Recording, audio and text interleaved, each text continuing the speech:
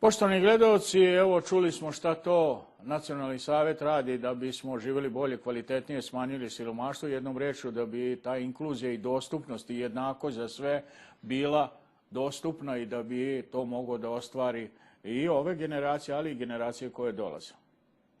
Poštovani gledalci, kad govorimo o generacijama koje dolaze, imamo li mi, bezbroj puta smo ovdje na programima Radio Televizije Srbije, Radio Televizije Vojvodine govorili o kulturi življenja.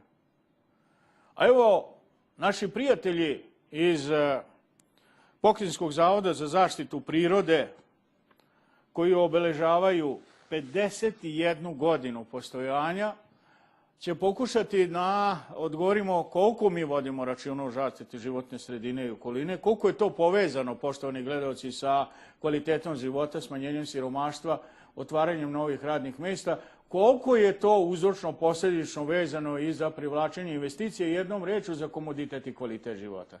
Dobroveče i dobrodošlicu želim dr. Biljani Panković. Vi ste čelni čovjek Tako je. ove ustanove. Hvala vam na onome što činimo zajedno da promovišemo javni interes. A zaštita životne okoline i kultura življenja jeste javni interes. I to prvog ranga, ako možemo uopšte govoriti o nivoima. Jeste. Sama zaštita prirode po sebi je izuzetno lepa delatnost, a naš posao nije samo naša delatnost, naš posao je misija. Jer čuvati nešto za sebe i za buduće generacije je misija. I upravo iz tih razloga naš zavod, pored što se brine o zaštićenim područjima, strogo zaštićenim vrstama, naš zavod se brine o celoj prirodi u Republici Srbiji, odnosno naša nadležnost je autonomna pokrajina Vojvodina, a brinemo se na taj način što dajemo mere kroz uslove za izradu projektno-tehničke dokumentacije, znači za izgradnju svih fabrika, za izradu prostorne dokumentacije, samim tim što dajemo uslove za prostornu dokumentaciju, znači mi smo uključeni u izradu svih prostornih planova, od planova Republike Srbije, pokrajine, opština i na taj način smo zaštitu prirode stavili u razvojnu funkciju društva. Jer da bi društvo bilo zdravo i kvalitetno, mora biti i očuvana životna sredina i očuvana priroda. Poštovana, u Evropi i svijetu, okruženje, šta nas uči vreme u kome živimo, 21. vek, a kažu živimo u vremenu znanja. Da li je moguće otvoriti bilo kakav biznis, proizvodnju, fabriku, a da vas ne konsultuju? Praktično je nemoguće. Vašu struku. Praktično je to nemoguće. A zašto je to nemoguće? Upravo iz razloga što se o tome nije vodilo računa, mi se danas suočavamo sa klimatskim promjenama koje su katastrofalne. Katastrofalne su po celu civilizaciju, odnosno po naš ljudski rod na celoj planeti Zemlji.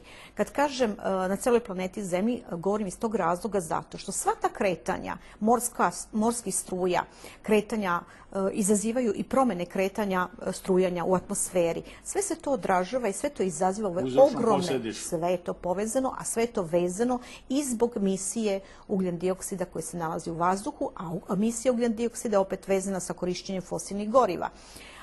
Čovjek često puta smatra da on kontroliše prirodu, međutim mi prirodu uopšte ne možemo kontrolisati, moramo da shvatimo da mi smo samo jedan deo prirode, da mi pripadamo toj prirodi i da se ponašamo u skladu sa prirodom ako želimo da opstanemo.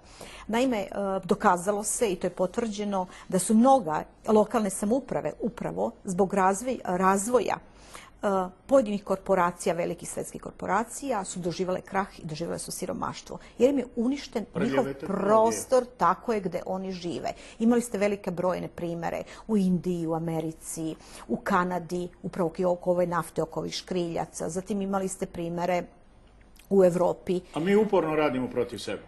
Znate šta, mi moramo da radimo u skladu sa prirodom i mi moramo da se držimo svih tih principa. Nije samo profit nekome napraviti profit. Profit je napraviti tvome društvu i svojoj lokalnoj samoupravi, odnosno građanstvu koje tamo živi. Tako je. Jer vi ako se idete na alternativi razvoja energije, ako očuvate tu prirodu, ako očuvate mesta na kojima oni sakupljaju svoju hranu, ne kažem sad bukvalno sakupljaju, znači proizvode svoju hranu, bilo da se bave poljoprivredom, bilo da se bave ratarstvom, stočarstvom, ribarstvom ili nekom drugom delatnošću, suština je priče da to što oni proizvode mora biti na čistom zemljištu, na čistom vazduhu, jer samo tako mi ćemo imati. Imate drastičan primjer u Kini, gdje su oni, ja se izvinjam, gdje su oni u zadnjih godina doživjeli veliku ekspanziju, a s druge strane imate cenu da oni imaju bliže već 200 dana u godini, takav smog da se ništa ne vidi, da ne vidi ni sunce, ne vidi ni plavetnilo neba, ali to je strašno. To je cena koju oni plaćaju. Ja ne bih želela, mislim, s te strane. A sad mi se vraćamo u prirodi Vojvodine. Ja želim da istaknem da Pokrajinski zavod ima vrlo lepe rezultate na zaštiti prirode u Vojvodini, da mi trenutno pod zaštitom, bilo zaštićenih područja, bilo preko ekološke mreže, držimo oko 16,2% teritorije, a obzirom da je Vojvodina poljoprivredni predeo u kojima dosta i naselja. Ono što se može čuvati, nema ga više od 17,5%. Mi smo još te analize radili 2009. godine. Upravo u cilju da vidimo šta mi to imamo, u kakvom nam je to stanju i šta treba da radimo. Tako je. I mislim da smo na jedan način odgovorno prišli tom celom problemu i imali smo veliku podršku pokrajinske vlade koja nas je podržavala. To je taj timski rad. Timski rad. Također imamo jako dobru saradnju sa urbanistima, jer kad mi nešto predložimo zaštitu, radimo studiju, nakon toga oni rade... Interdisciplinarnost, povezanost raznih struka. Onda oni nakon nas rade prostorne planove, a znate, mislim, nije dobro kada se napravi prvo prostorni plan, pa onda mi krećemo da radimo reviziju nekog zaštićenog područja. To su onda i izdaci veliki. Tako je, puno je bolje, korak po korak, da se zna tačno šta u procesu prvo treba da se uradi, šta je sljedeći korak, šta je drugi korak i onda to daje rezultate. A ti rezultati su, već je u 7. godinu kako se tako radi, vrlo lepi, vrlo zavidni i želim da odmah istaknem da je naš saradnik pozvan danas da priča u Evropskom parlamentu o rezultatima uspostavljanja ekološke mreže na prostoru autonomne pokrajine Vojvodine. Nauka naša je već podavno u Evropi i svetu. Pa znate šta, mi uopšte ne odstupamo što se tiče našeg rada sa njima i mi kompletno sve što radimo, budući da su potpisane brojne konvencije i direktive koje mi moramo da poštujemo. Nemoguće je izolovati se. Ne možete, vi morate da radite u skladu sa tim. I ako su te direktive oslovljene na očuvanje čovečanstva... Svojim činjenjem ne smete ugrožavati druge. Ne smete, tako je. Sad ne znam da ste vidjeli, juče izašao Evropska komisija, u stvari reagovala oko zaštite kompletno pčela i da će biti zabranjena odgovarajuća vrsta insekticida da se uopšte na oranicama koristi. Znači idemo na brigu naših pčela, jer da nema naših pčela neće biti ni hrane ni ničeg drugog. Poštovani gledalci, a krivac za ovo što smo malo pre vidjeli, ne samo ovo, već poštovani gledalci, godinama sarađujemo sa ljudima iz Pokrajinskog zavoda za zaštitu prirode, je ovdje sa nama naš bivši i sadašnji kolega, slobodno možemo da kažem, dr. Oliver Fojkar. Poštovani, hvala vam na onome što činite da zajedno vi, vaše kolege i Pokrajinski zavod promovišemo vrednosti kulture življenja. Koliko je danas to povezano sa privredom, ekonomijom? I najveći broj naših emisija posvećena je obrazovanju, ekonomije, smanjenju siromaštva, prekvalifikacije, dokvalifikacije. A koliko je to uzročno, posljedično vezano i kakve to veze ima sa temom koju mi danas govorimo? Pa hvala vam što ste nas pozvali i što pitate ovo pitanje. Ali to je naš javni interes za ime Boga, zato smo formirani i vi. Tako je, mi smo u Pokrajinskom zavodu za zaštitu prirode odavno shvatili da ako želimo da zaštitimo prirodu Vojvodine, da mi moramo naša znanja širiti, da moramo raditi na edukaciji, ne samo dece. Tako je, dece, stanovništva, da moramo pomagati ekološka udruženja, da moramo širiti naša znanja i naše spoznaje o tome kako, na koji način aktivno štititi prirodu Vojvodine. I upravo zato, evo, sav ovaj materijal koji prikazujemo ovdje u studiju, naše knjige, posteri, lifleti, dokumentarni filmovi, upravo i radimo na tome da bismo to podelili našem stanovništvu, našoj deci, kroz našu prirodnjačku postavku u Pokrajinskom zavodu za zaštitu prirode godišnje prođe 30.000 dece. Ne samo s prostora Novog Sada, Vojvodine, nego cele Srbije pa i šire. Mi se odazivamo na pozive osnovnih škola, ekoloških udruženja, predškolskih ustanova, tako je, i širimo svoje znanje, jer to je put ka zaštiti prirode. Mi u Vojvodini imamo jedan nacionalni park. Imamo 15-ak specijalnih rezervata prirode, 3 predela izuzetnih odlika, puno parkova prirode, spomenika prirode. Međutim, mi znamo da ako samo to stavimo na papir, napravimo studiju i to se nešto proglasi na papiru, od prave zaštite nećemo imati puno. Mi moramo imati ljude na terenu koji vole tu prirodu, koji uživaju u toj prirodi i koji će se ponašati u skladu sa zakonom.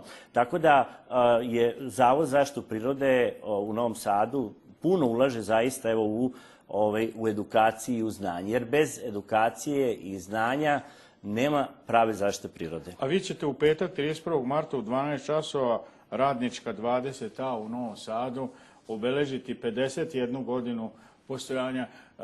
Poštovani, koliko je, malo pre ste pomenuli tu preventivu i edukaciju, koliko je ta povezano sa našim institutima, univerzitetom, sa naukom važna za ekonomiju, privredu, za privlačenje investicija? Danas govorimo o strukovnim zanimanjima, govorimo o razvoju malih i srednjih i porodičnih gazdinstava, o organskoj proizvodnji. Može li to ako se sugubimo sa prirodom?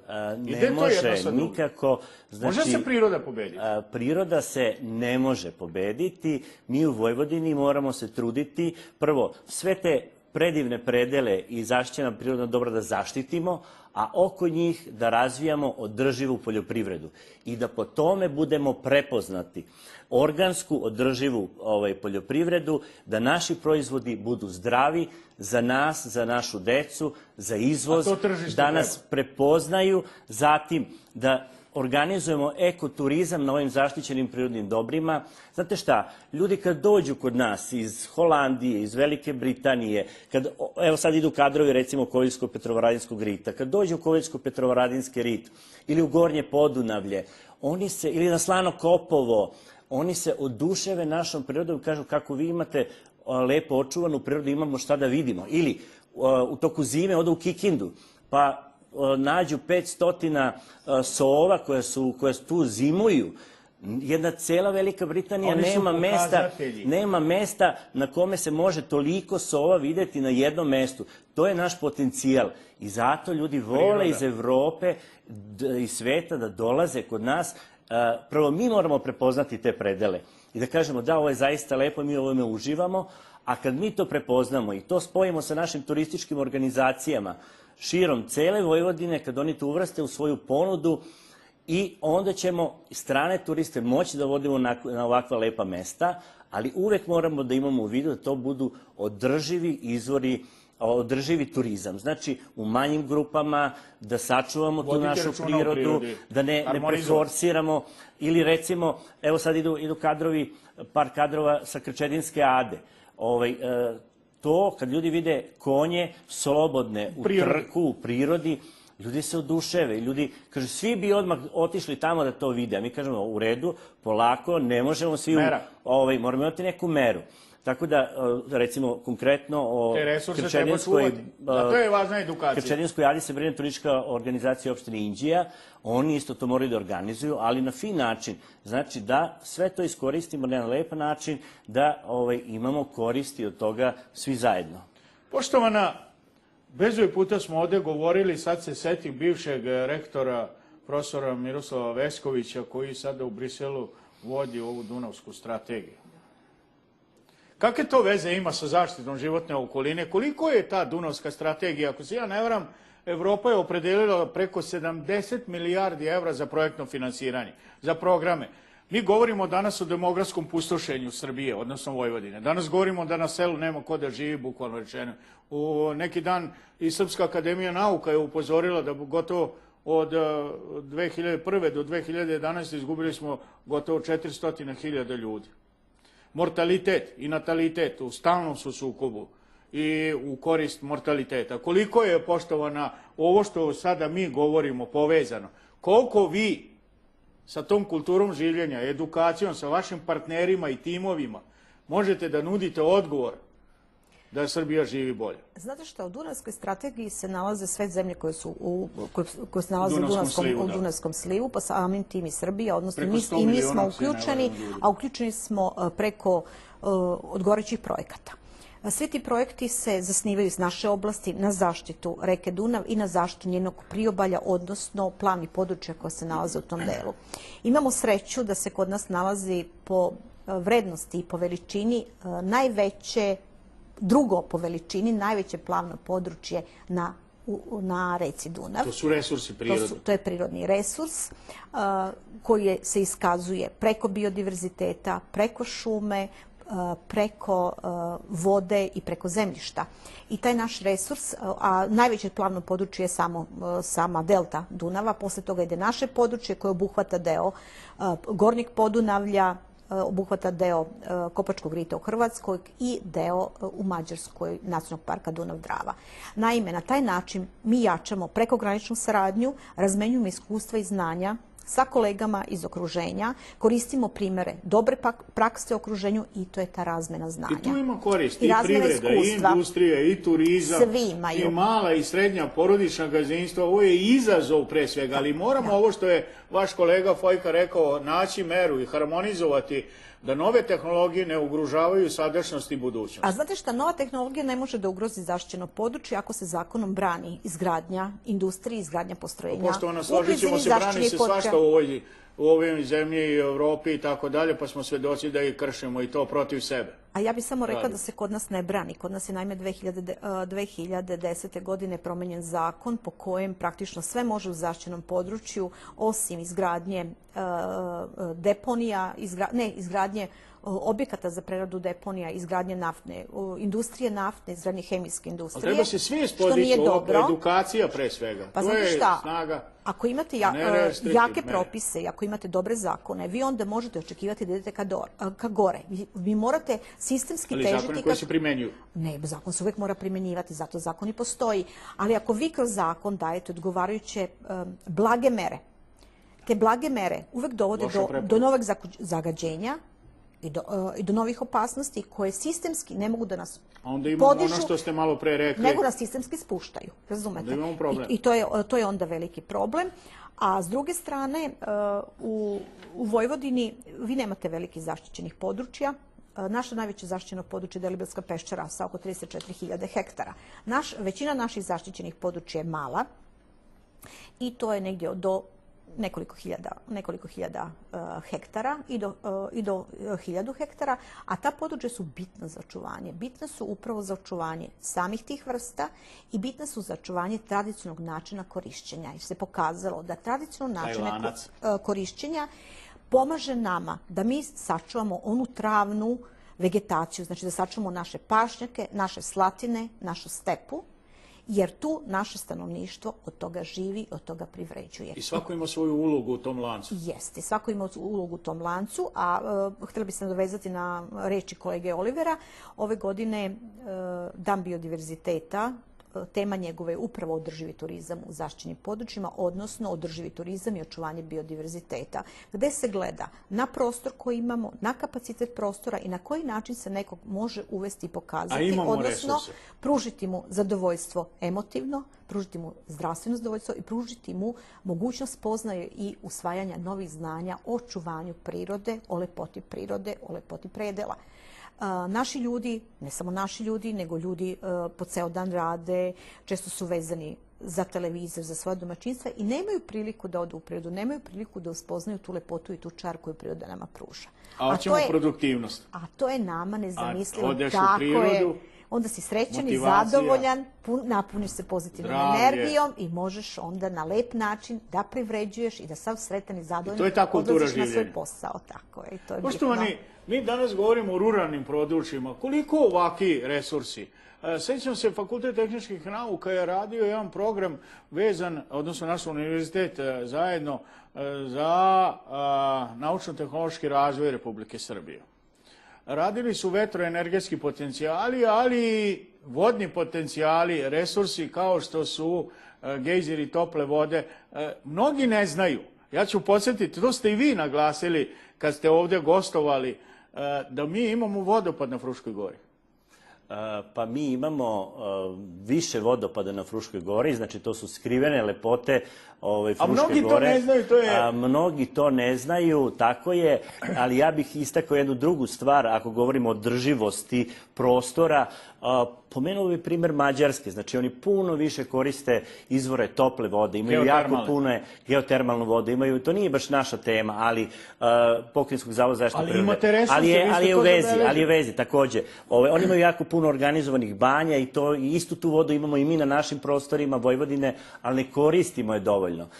Ne koristimo dovoljno ni izvore vetra, ni izvore sunca, tako da sve je to nešto što... A malo pre smo govorili o zagađenju, a to su te čiste energije. Sve je to nešto što moramo biti pametniji u budućnosti, moramo se družiti s prirodom, jer priroda nas čini i zdravijim, i lepšim, i humanijim, tako je. Ali pošto vi ste malo pre rekli posebnu pažnju i vi i vaša koleginica edukacija i posebno mladi kao centar. Pomenuli ste da veliki broj đaka, odnosno mladih u svih uzrasta dolaze kod vas i vi odlazite tamo. Ovo ovde što vidimo, brojni zapisi i video i audio i ovde ove knjige, u stvari su najbolji pokazatelj. Čuvajmo ono što nam je priroda. Nema održivog razvoja ako se sukobimo sa najjačom silom, a koja se zove priroda. Nju ne možemo pobediti. Niko je ni otkad postoji civilizacija. Da, mi se moramo naći način da živimo u suživotu sa prirodom, znači da se družimo sa njom, da je poštujemo, da se ugledamo na stare narode koji su nekad živeli na planeti Zemlji, koji su je mnogo više poštovali, sa njom se družili, da ne želimo da je pobedimo, nego da budemo tu, da je koristimo na pravi način, da uzimamo njene darove i da je ne zloupotrebljavamo. Ja ću samo jedan od primjera, recimo, s kojim se mi borimo u zadnje vreme, nepropisnog korišćenja materija u prirodi, recimo za Vojvodinu je to jako značajno. Znači, furadan i nešto to je zabranjeno, se koristi u našoj poljoprivredi još uvek, mada je zabranjeno, i dolazi do stradanja i ptica grabljivica i divljači. Mi moramo poštovati zakone i moramo se držati onoga što je propisano, jer pravimo štetu prirodi. Ali ne pravimo mi samo štetu prirodi, pravimo štetu i nama samima. Ako nepropisno se koristimo sredstva u poljoprivrede, u Vojvodini, nekontrolisano, pa se onda, ja kažem, deci kad pričam, kažem, to nam se uvek kao bumerang vraća nazad. Šta znači bumerang? To znači, odjednom počnemo da se pitamo, pa ima puno bolesnih oko nas. Zašto ima tako puno bolesnih ljudi oko nas? Zato što puno koristimo, jedan od razloga, puno koristimo hemije na našim zemljištima, nepropisno. To se kroz hranu vraća. Zato je važna edukacija. Zato je izuzetno važno da od malih nogu krenemo da se družimo sa decom, da edukujemo mlade, da edukujemo stare, da bi sprečili štete u prirodi, da naša deca od malena poštuju prirodu i da znaju kako da se odnose prema njoj. Poštovana, da, 31. mart, petak, 12 časova, Radnička 20, a Novi Sad, dan Pokrajinskog zavoda za zaštitu prirode. Šta ćete vašim partnerima reći? Gde možemo bolje? Vi, vaše kolegi, vaš tim kaže uvijek može bolje. Uvek može bolje, to je činjenica, no međutim čovjek se treba težiti ka boljem. Ja kažem, mi smo postigli lepe rezultate, a ako stanemo i ako ne nastavimo dalje, onda to nije imalo smisla što se radi, no međutim treba težiti i treba, sad kad smo pričali o edukaciji, edukacija dece, upravo ciljna grupa našeg zavoda jesu deca vrtića i deca osnovnih škola. Tako da sva deca iz radosnog detinjstva Novi Sad posećuju našu prirodnjačku izložbu i nas godišnje praktično, ja mogu slobodno reći da nema vrtića na teritoriji grada Novog Sada koji nije došao i čija deca nisu bila kod nas u zavodu. Ne samo da posete zbirku, da im pustimo filmove, nego mi njima organizujemo izložbu njihovih radova, oni dođu pa vide, pa onda tu izložbu radova prikazujemo. A isto tako mi se nalazimo u programu svih osnovnih škola na teritoriji Republike Srbije. I htjela bih reći da je naša izložbena postavka naše prirodnjačke zbirke koju mi imamo davno postavljena još pa ima već 20 godina kako je postavljena i nama je sad cilj da modernizujemo tu prirodnjačku zbirku, da modernizujemo samu izložbu da bismo deci na njihov način to približili, jer naša deca više nisu deca kao što smo mi bili, da to vizualno vidimo, to su deca tehnike koja koriste touch screen, koja koriste mobilne telefone i to je nešto što je njima blisko. I mi se moramo potruditi da upravo toj deci na takav način prikažemo prirodu i da ih zainteresujemo za prirodu. A u Pokrajinskom zavodu godišnje ima oko 100.000 posetilaca, sve ulaznice se ne naplaćuju, naplaćuju samo one koji idu preko turističkih organizacija, to imamo nekako 35.000 ljudi koji nas posete, no međutim sva deca sa Kosova, sva deca iz socijalno ugroženih grupa, kategorija, oni kod nas imaju besplatne ulaznice, posećuju nas i dobro su došli. Ja ovom prilikom pozivam nastavnike, govorimo u petak 31. Ne, sad generalno za zavod pozivam sve nastavnike da dođu sa svojim ekskurzijama. Ako postoji problem da deca ne mogu da plate, slobodno mogu doći, da se najave, organizovat ćemo i besplatno da oni mogu ući. Naši će ljudi vrlo rado svima pomoći, jer u suštini nismo samo mi ti koji se brinemo o prirodi. Mi ne možemo bez drugih ljudi. Mi moramo svi zajedno da radimo. I taj rezultat koji mi imamo, to je rezultat naše dobre saradnje sa našim, to se sad kaže, sa našim saradnicima, bilo da su oni od dece vrtića, nastavnika, vaspitačica, bilo kojeg uzrasta, do same privrede ove naše zemlje, jer zaštita prirode, odnosno biološke raznovrsnosti, pa interesuje i proizvođače i kompanije, svakog to interesuje, ona se sprovodi ugradnjom u sve druge sektore. I da ne zaboravimo još nešto, moderne tehnologije danas približavaju, poštovani, vi ste ovdje kod nas u ovoj kući radili dugo godina, koliko je i to sad mogućnost da deci približimo, mladima približimo, generalno svim generacijama ono čime raspolažemo i da ta edukacija dobije još više na značaju, jer dostupnost i mogućnost tih modernih i savremenih vidova komunikacije danas povećava tu efikasnost i edukaciju, pre svega i preventivu. Tako je. Vidimo ovdje veliki... Gdje jeste? Znači, mi koristimo moderne tehnologije i za snimanje prirode, i za snimanje prirode, pritom koristimo i mikroskopske kamere i snimanje iz vazduha. Naravno, puno toga se može naći na našem sajtu www.pzzp.rs, na našoj Facebook stranici. Naše studije koje mi uradimo takođe,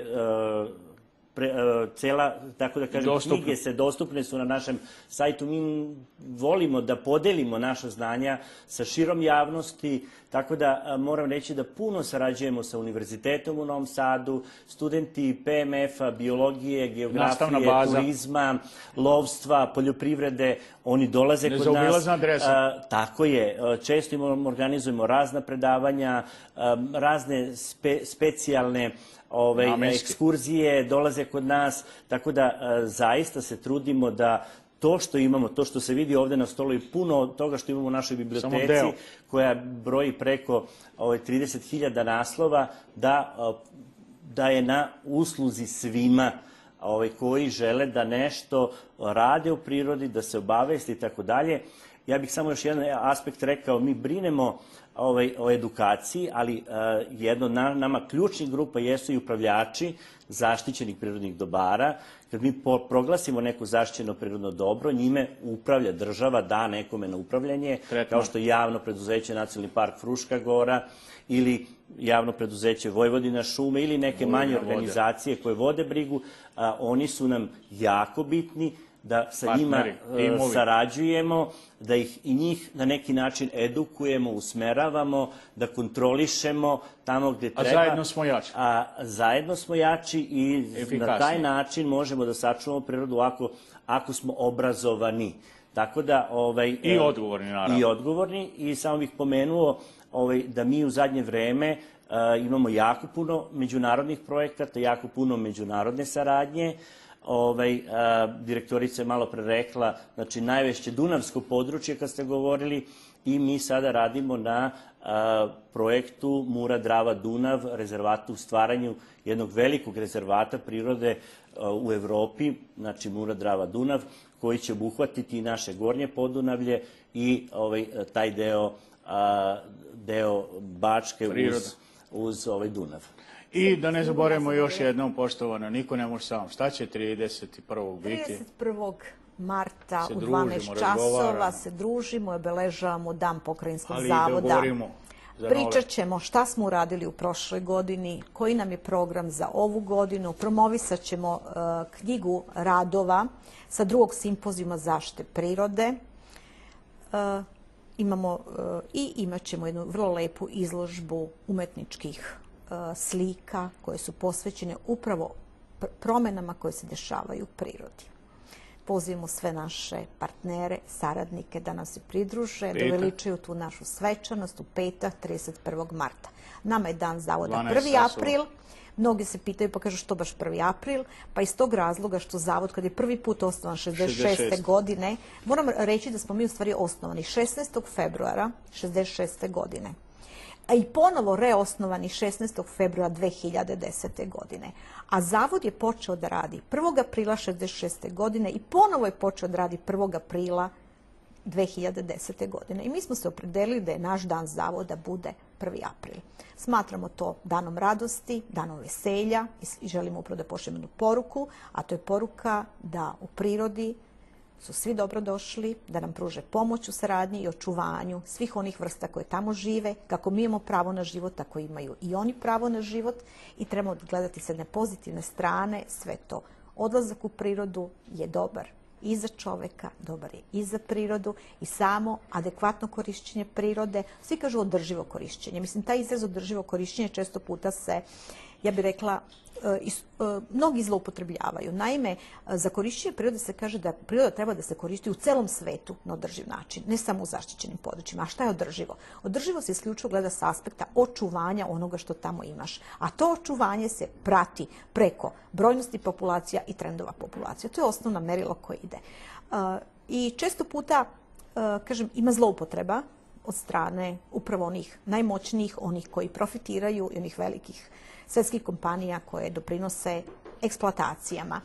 A dokazano je da sve te velike eksploatacije dovode do siromašenja stanovništva koje se tamo živi, do osiromašenja i propadanja prirode. A samo to siromašenje i zahvaćanje i propadanje degradacija prirode prouzrokuje velike klimatske promene i prouzrokuje velike promene u procesima koji se dešavaju na ovoj našoj planeti. Poštovana, uz čestitke, ja želim da vam se zahvalim, nadamo se da ćemo se ovdje često vidjeti i kod vas i ovdje kod nas u studiju sa željom da promovišemo da priroda jeste naše pravo, ali i obaveza da svako od nas, bez obzira na godine, mora da čuva i da čini sve da ta kultura življenja bude resurs koji je dostupan svima i da ostavimo to našoj deci, odnosno našim pokolenjima, da nas se sećaju po dobrom. Hvala još jednom. Hvala i vama što ste nas pozvali. Hvala vama.